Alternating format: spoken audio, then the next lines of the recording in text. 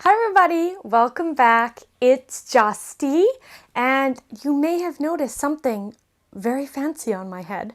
Am I wearing a tiara because we're talking about Disney today and that involves princesses? Well, I'd like to say that's the answer.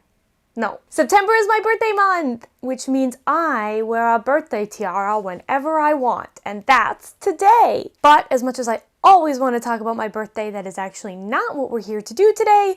We are here to talk about Disney live action remakes, which is a bit of a hot topic. Everybody has some very firm personal opinions about Disney live action remakes, which ones they like, which one they don't, if they even watch live action remakes at all, and I'm here to give my opinion because I think it's the best. So at the risk of making some people very, very mad, which could happen, today we are going to be ranking every Disney live action remake. Now, this does come with some rules and set parameters.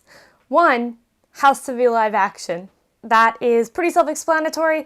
The one that does kind of fall outside this but still counts is that Lion King remake because, well, yes, it was CGI.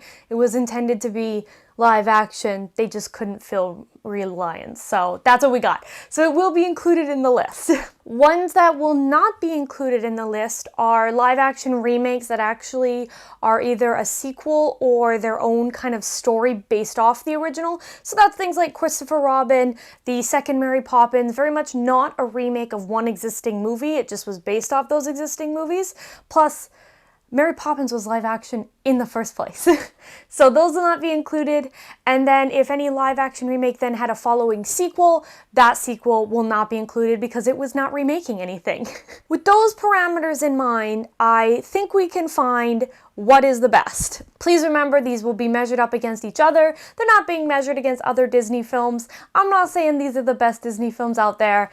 That's not even a question. And finally, since I have watched Mulan, that absolutely will be included in this list.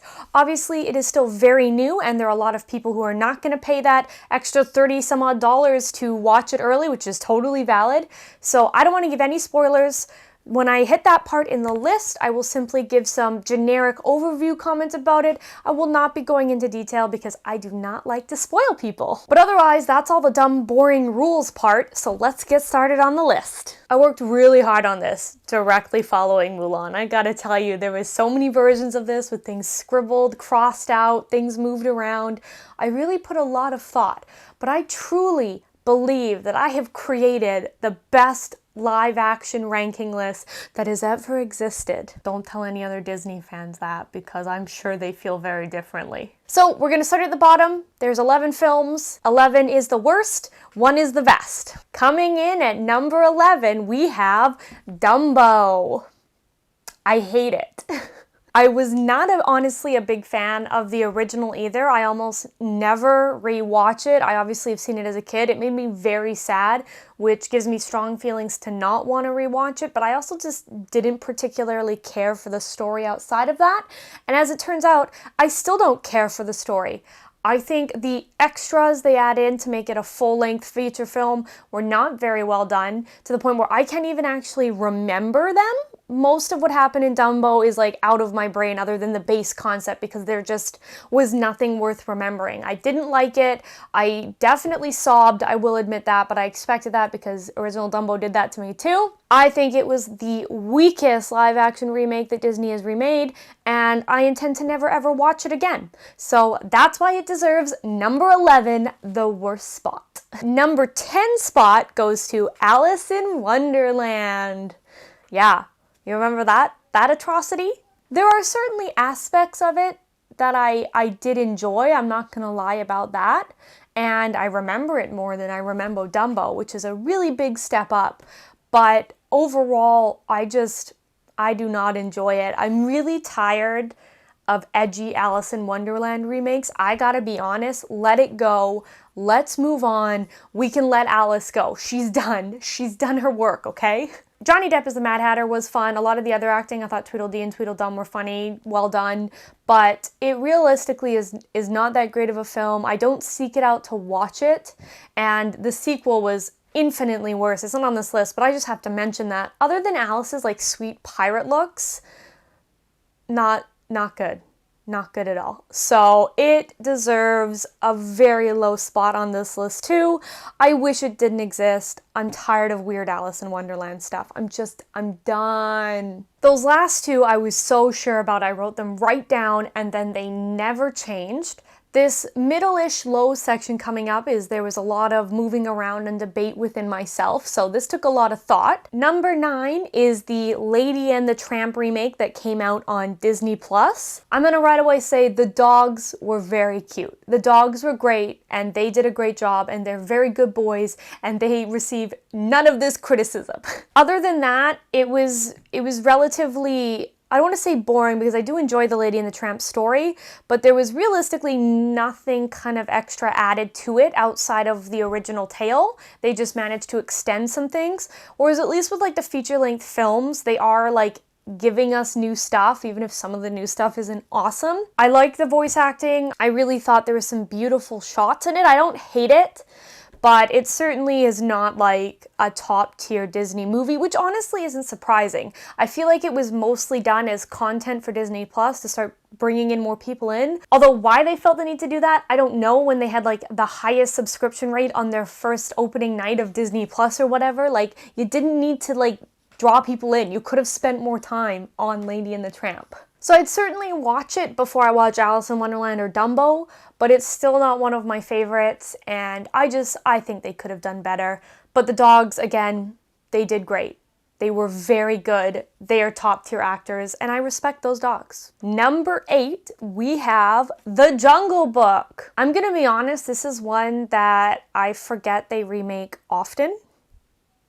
Every once in a while I'll see it, such as when I was making this list, or like its cover art will pop up and I'm like, oh yeah, The Jungle Book. They did that. It wasn't a particularly bad film. I thought there was some beautiful shots. I thought the animals were well done. Christopher Nolan singing King Louie's song, while a little weird, was hilarious and I think a very good decision, and honestly helped elevate this movie a little bit in the list. But it realistically, again, it's not something I'll seek out. I felt there was nothing really that special extra added to it. The young man playing Mowgli did a great job. I will absolutely not take that away from him.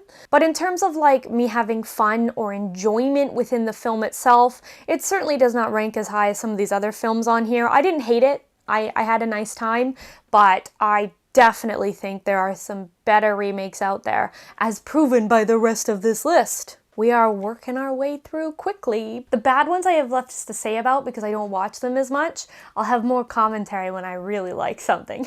Number 7 is The Lion King. Here it is. It was good. Okay, the CGI was beautiful. We all gotta admit that, which is what they were going for.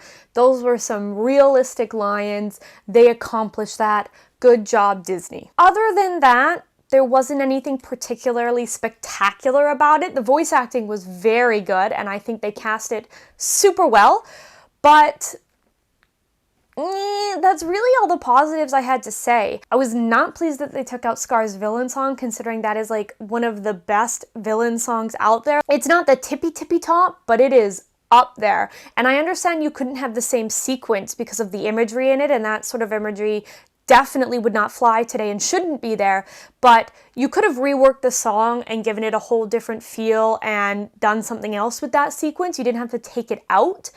And I don't know if we're just like taking songs away from villains these days, because it happens again in another one, which I'll talk about in a little bit, but villains have some cool songs. Give them their songs. Stop it. My other biggest gripe about The Lion King and why it can't earn a higher spot, despite the fact that I love The Lion King story, is that because they did CGI real lions, which again looked great, they, one, are way less expressive. It's kind of hard to relate and really feel for them like you do in the animated one, because it's just like a blank slate. And I'm not saying there's no emotion whatsoever, but there's absolutely less than you see in the animated version, which I think makes it harder to get some of the themes across that you can with their old version, as well because they look realistic. They don't have the fun, like, differing colors. Like, all the lions were still very much like lion colored in the animated, but in the live action, they're all very similar to make them very realistic. It makes sense why they did it, but it makes it very hard to tell them apart sometimes. Especially in the final scene where Simba and Scar are having their battle on Pride Rock, and it's dark, and there's red fire, and there's rain, and there's so much going on. I literally could not tell who was who sometimes. Like, I did not know which line I should be rooting for because I could not tell them apart. And that makes a bit of a difficult film when you can't root for the hero because you don't know which one they are. I complain about in other ones how they don't add anything extra, and The Lion King really didn't either, which isn't great, but I also feel like it was such a beloved classic that they really couldn't mess with it too much. Like, I feel like that could have gone really bad really quickly, and they did add things here and there. Like, it wasn't completely the same, obviously, but it was very much they just gave us The Lion King in live action. It was absolutely nothing about it a new film. I feel like I'm getting into like some dangerous territory now as we get to like some of the movies people really argue over, especially the next one. Number 6 in my list of the best live action remakes is Cinderella. There are some very split opinions on Cinderella. I personally do not love it. I certainly, based on this list, clearly do not think it is the worst Disney live action remake, but I did find it quite forgettable, and I will admit, at the time I only went to see it because there was a Frozen short before it. I can't remember which one. I think that was Frozen Fever. I enjoyed myself in the film. It's not bad. The costuming in some areas is just stunning. The Wicked Stepmother and her 2 stepsisters, the choices they made, oh my God. Amazing. I think they're phenomenal.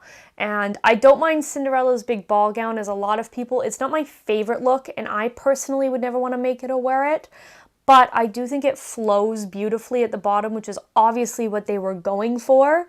I'm not a huge fan of the butterfly thing, but it certainly is very grand. I find the prince to be more forgettable than the original, which a lot of people are going to take personally because I know he's one that people really like, but I'm sorry. I often forget he exists. And I mean, it was good that they finally gave him a name, but I still think it was impressive that the original Cinderella's got 3 films with a prince who had literal no name. Like, they never said it. That's so good. The acting in it was good, and there was some very beautiful filming in it. I will give it that too, which is why it's up a little higher on the list. I would certainly watch it again. I mean, I have seen it a couple times. It's not one that I actively avoid, but I think it could have been better. I mean, a lot of these could have been better, but Cinderella definitely could have been better. Number 5, we're almost there, is the new Mulan. Now, obviously, as I said, I am not going to say a lot about it. It was good. We enjoyed ourselves. I definitely don't think it's the best live action remake they've done, but they definitely made some very smart choices. There were some beautiful shots, and I think the use of color in it was extremely well done. I do think some things were lost. There was a couple scenes that were less impactful than in the first one, which is a shame. And there was definitely some funny bits, but overall it was less funny than the original. And I know we're going back to source material, and it was very much supposed to be like the original telling of Mulan, which is great. But it feels very jarring then that there's a couple parts where you laugh, and then the rest of the film was just very even. I felt like they kind of needed to maybe pick a lane, is the best way to say it. I don't know. The acting is well done, wonderful, even if I am not a fan of the main actress. And they definitely made some very good choices with the villain, but it's also another hard one to do with how beloved the original is. I appreciate they were trying to be more respectful. I appreciate that it's a very large POC cast, which is why I wanted to support it. You know, I want to tell Disney, yes, this is what we want, despite some of the other shortcomings, but it certainly was not the best of the live action remakes, but it's pretty good. Number 5 is pretty good. Number 4. We have Aladdin. I thought Aladdin was really fun. I was very worried when it was first announced and first coming out. Obviously, everyone was with the whole Robin Williams genie thing and kind of living up to that. But I definitely think Will Smith did a very good job considering what he had and almost what he had to live up to. They definitely didn't make him be too much like Robin Williams, which was a very, very wise decision. And he makes a very good genie. He was amusing. I think his Prince Ali song is not nearly as good as Robin Williams. I don't enjoy that song, but most of the other music in it is very well done. I like that they gave Jasmine a very empowering song. They were making her even more empowered than she originally was, which is good. The problem is that you could very much tell that that was a pop meant to be marketed outside of this film, like a Let It Go type song, and it did not match anything else in the film. It was very jarring, and I wish they had done that better. They could have given her a song that matched the tone and the feel of the rest of what was going on. But, I mean, I was happy to see her sing her own song outside of Part of Your World. That was really nice. The acting was great. This was another one where they took away Jafar's villain song. I don't know, do they think villain songs not make them intimidating anymore? Give it back. I love Jafar's retelling of that song. It's so good. Some of the dance sequences also had this very, like, sped up feel in parts of them, which was not, like, awful, but, again, very jarring, and I notice it every time I watch it, and I don't love it. But otherwise, I actually really enjoy watching Aladdin. It's fun. I think they added enough stuff that was well done and didn't make it feel like they were just trying to stuff stuff to make the film longer. I also hold very dear to my heart the jam scene when Aladdin first meets Jasmine. I think that is the funniest thing in a long time in Disney, and honestly is very much like my own experience in a lot of time in new social situations. I am Aladdin with the jam. So it really resonated with me. I really felt something in that scene, which really helps elevate Aladdin for me. I definitely have rewatched it a few times and would continue to rewatch it, which is why it gets to be so high on the list. All right, we're in top 3, everybody. This is getting crazy. Number 3 might be something you weren't expecting to see on this list or perhaps forgot about, but it's 101 Dalmatians. Yeah. Remember those remakes? The original remakes, if you will? 101 Dalmatians is freaking amazing. You can't tell me otherwise. Oh my god. Cruella in it is amazing and has some of the best lines. Oh my god. So amazing. I think it's very well done. I love the dogs in it. Again, very cute, very good boys, perfect actors. Her henchmen in it are super funny. I love 101 Dalmatians, and if you haven't seen it in a while, I think you should go and watch it because it's peak. It was really well done, and it's before the craze of all these remakes, so it was just like its own little thing, with the sequel, of course, but still, like, mwah, mwah. Love it. I think people are going to have a lot of opinions about these last two. Certainly number 2 for sure. I know a lot of people don't like this one. Number 2 on my list is Beauty and the Beast. I'm gonna be honest with you guys, I love this remake.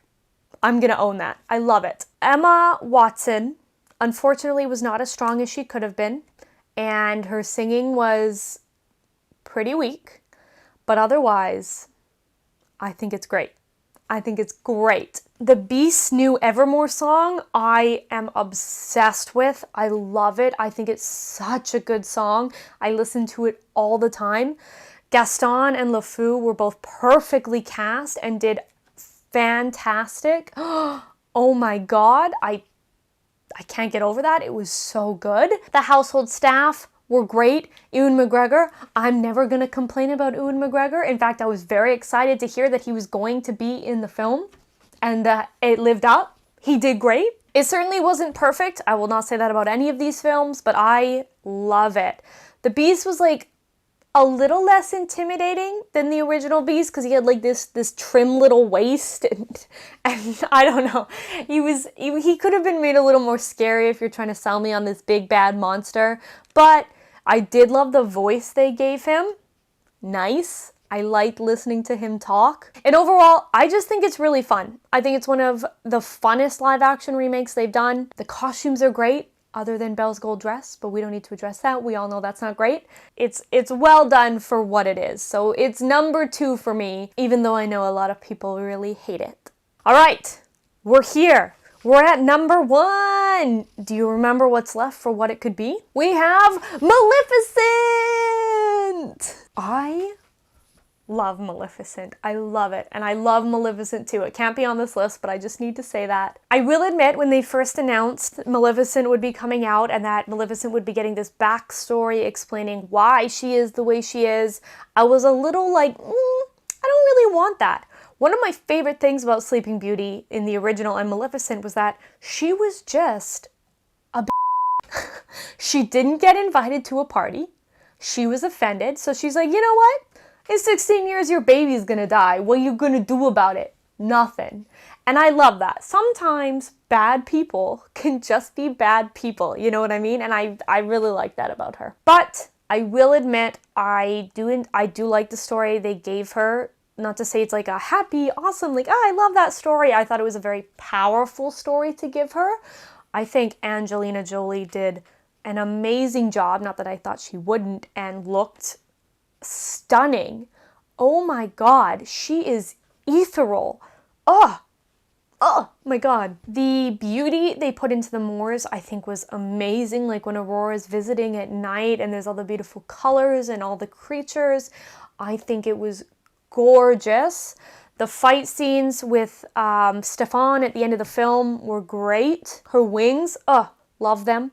And I love Dieval, her little crow man. He's the best. He's super funny. Great cast. I think it was super well done.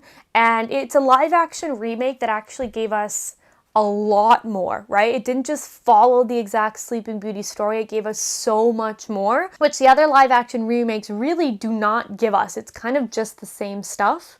So I think that was a really great choice. I think it was well executed, and I rewatch Maleficent all the time. I'll own up to that. I think it's great, and I love Philip, especially in the second one.